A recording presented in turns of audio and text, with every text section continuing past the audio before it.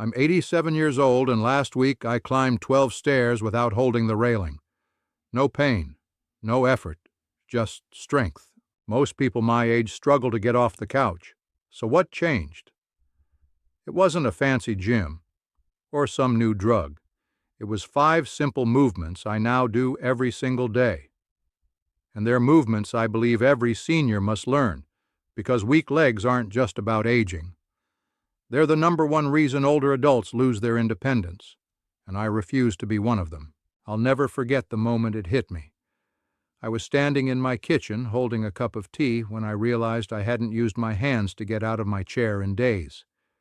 That used to be a 2-handed operation, rocking forward, bracing myself on the arms, pushing with all my strength. And now, I just stood up, smooth, effortless, like I was 40 again. It didn't happen overnight, but it didn't take years either. It started with one move, a movement so simple you'd think it couldn't possibly change anything. Sit, stand, sit, stand. I called it my chair rise challenge. No fancy machines, no weights, just a chair, my legs, and my determination. Most seniors don't realize this, but the ability to rise from a chair without using your arms is a powerful predictor of future mobility and even lifespan. A study published in the Journal of Geriatrics found that older adults who could perform 5 unassisted chair stands had a significantly lower risk of falls, fractures, and hospitalization over the next 2 years. And yet, we take it for granted, until we can't do it anymore. I started slow, just 5 reps. I made sure my knees were aligned with my ankles, my feet flat on the ground, and I focused on using my thighs and glutes. Not momentum. It wasn't easy. My legs shook. I got out of breath, but I did it every single morning before breakfast. And in just 2 weeks, I noticed something strange. My legs didn't feel heavy anymore. I stopped needing the railing on my staircase. I even caught myself jogging across the living room to answer the phone. You see, most people wait until they've lost mobility to try to fix it. But at 87, I've learned one truth you can't ignore. If you're not building strength, you're slowly losing it. The body doesn't maintain muscle by accident. It responds to demand. And this one move, it demanded just enough. I've shown this to my friends, neighbors, even my own doctor, and each one was shocked by how fast it made a difference. But consistency is everything. Not once a week, not when you remember. Every single day before breakfast. No excuses. And here's the beautiful part. It's not about becoming a gym rat. It's about reclaiming your power, your freedom, the ability to stand tall in your own home without fear of falling. That's what this first move gave me. And I promise, if you try it for just 7 days, you'll start to feel it too. But this was only the beginning. Because there's one movement I added next that most people overlook. Yet it's the real reason I never get that burning ache in my knees anymore. And chances are you've never been taught to do it properly. Let's talk about that next. For years, I blamed my knees. I thought they were just worn out. Too many decades, too many stairs, too many pounds. But it turns out the real problem wasn't my knees. It was how I moved, how I stood, how I walked, and most importantly, how I didn't squat. The truth is, most seniors never do a proper squat after 60. We avoid it. We sit carefully, we lean forward, we brace ourselves.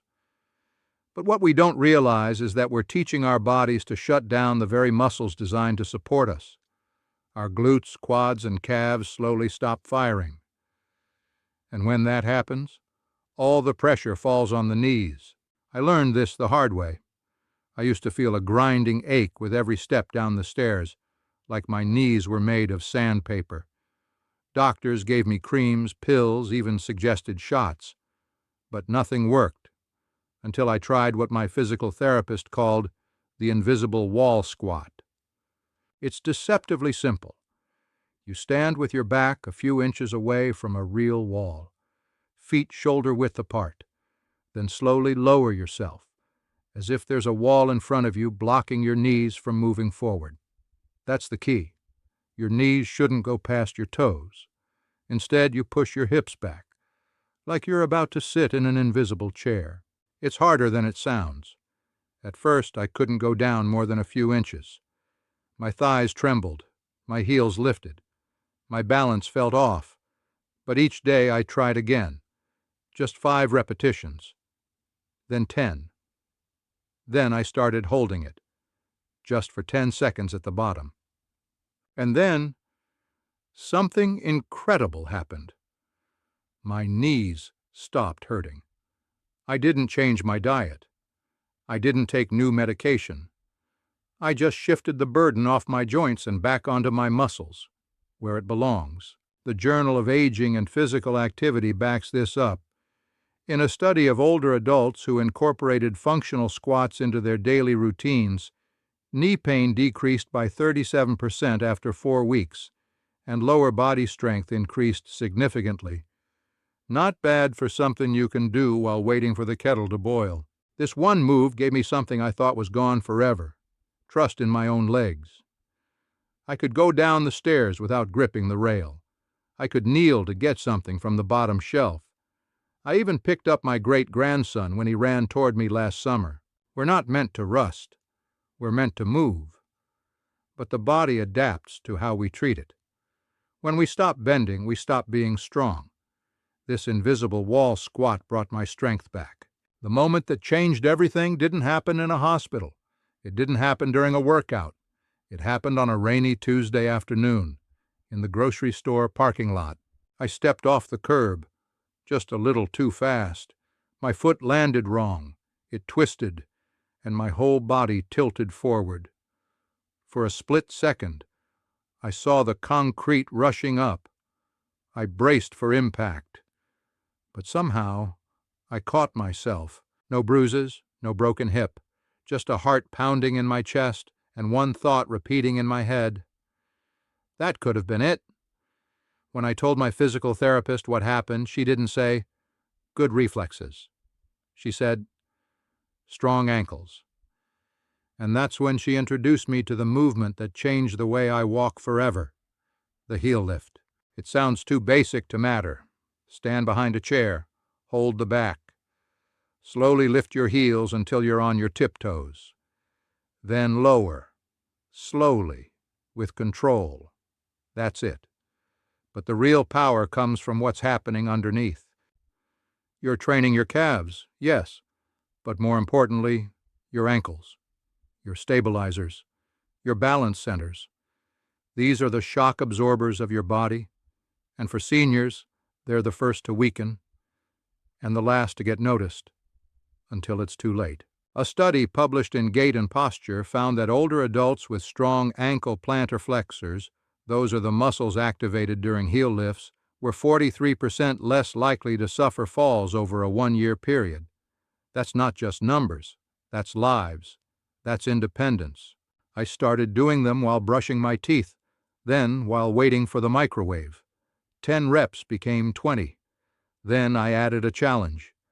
I did them with my eyes closed. That's when I really began to feel the transformation. My stride became lighter, my reflexes sharper. My confidence came back. Because the truth is, falling isn't just physical, it's psychological. Once you fall, you begin to fear movement. And when you fear movement, you stop moving. That's when the body begins to shut down, one joint at a time. But when you know your legs can catch you, your mind stops bracing for disaster. That's freedom. I don't wait for sidewalks to be dry anymore. I don't fear curbs or stairs or stepping off the bus. And it all started with a simple heel lift. But now we need to go deeper, because there's a hidden danger inside most homes that quietly robs seniors of their strength every day. It's not slippery floors. It's not poor lighting. It's something far more subtle. And the next movement I added was designed specifically to fight it. Let's talk about that next. There was a time, not too long ago, when I'd sit down for breakfast and not stand up again for hours. I'd read, I'd watch the news, I'd pay bills, then maybe shift to the couch for a bit. Before I knew it, the sun was setting, and my legs had barely moved. I didn't think much of it. I was retired. I had earned the right to rest. But what I didn't realize was that all that sitting was slowly erasing my strength. See, inactivity doesn't just pause your muscles, it programs them to shut off. When you sit for long periods, your glutes deactivate, your hip flexors shorten, your circulation slows, and worst of all, you start to lose neuromuscular connection, the brain-to-muscle link that tells your legs what to do in a split second. That's what keeps you steady. That's what catches you when you trip, and when it starts to go, you don't feel it, until your legs fail to move when you need them most. That's why I added the standing march to my day. Every hour on the hour I get up, I stand tall, I lift one knee to my chest, then the other, marching in place. Slow at first, high knees if I can manage it, arms swinging gently for balance. The movement itself is easy, but what it does is profound. It wakes the legs back up, it reactivates dormant muscles, and it reconnects the body's forgotten reflexes. A 2022 study published in the Journal of Aging Research showed that just 2 minutes of light movement every 30 to 60 minutes, including standing marches, can significantly improve circulation, balance, and even cognitive clarity in seniors over 65. That's not just about leg strength. That's about living longer and living better. Within a week of doing this, I noticed I wasn't as stiff getting out of my recliner. My gait felt smoother. The little catch in my hip when I got up in the morning? Gone. And the best part? I didn't need equipment, didn't need space, just a decision. Every hour I march. Every day I improve. It might feel silly at first. You might feel awkward. But let me tell you this. Every single senior I've taught this to has thanked me, because it's not just movement. It's momentum. And when you're over 60, momentum is everything. But we're not done yet, because even if your legs are strong, even if your balance is solid, there's still one crucial factor you cannot ignore. The fifth and final movement is the glue that holds all the others together. It's not just physical, it's psychological. It trains the most powerful muscle you have. And no, I don't mean your heart. Let's talk about that next.